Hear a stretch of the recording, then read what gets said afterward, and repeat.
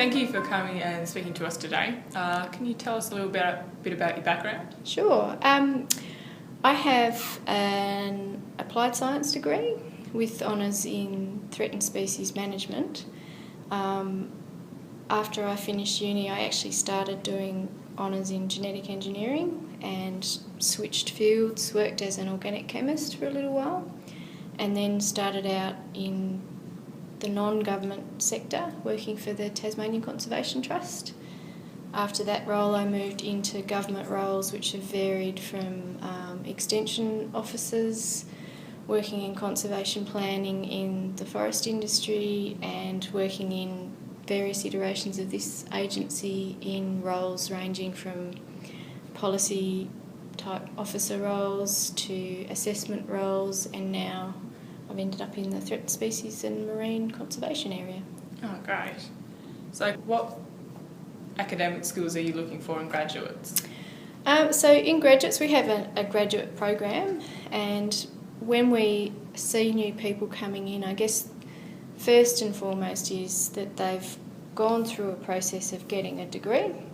That's important to give them the skills to learn. So a degree is really important as a starting point, but the most important thing about a degree is that it teaches somebody how to learn and inquire in a scientifically sound manner. So we basically like to have people that have got an interest in the area, they've got a qualification in the area, but that they're prepared to learn new skills in the area of conservation management.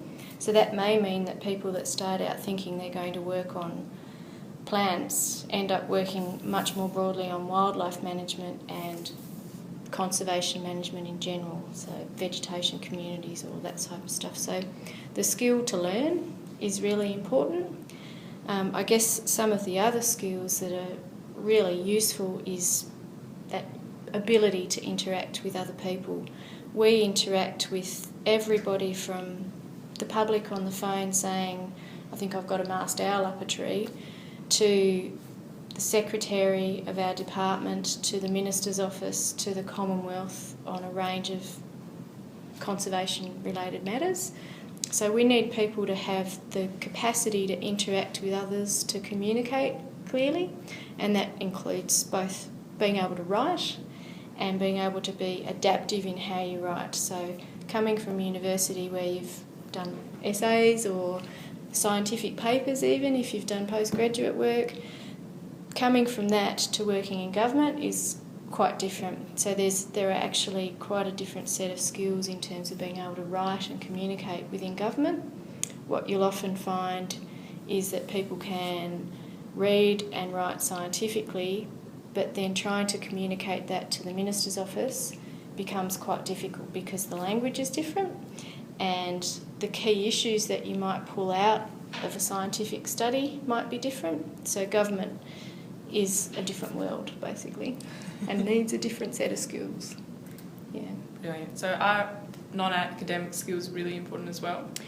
They are. So again, getting back to that communication, and also in a lot of the projects that we run from an occupational health and safety perspective, there's a certain level of fitness that's required for some roles. So some, not all. We have people, by way of example, that spend 6 months of the year at a time down on Macquarie Island working on very steep slopes, uneven ground, working long hours in often quite uncomfortable and changeable weather conditions.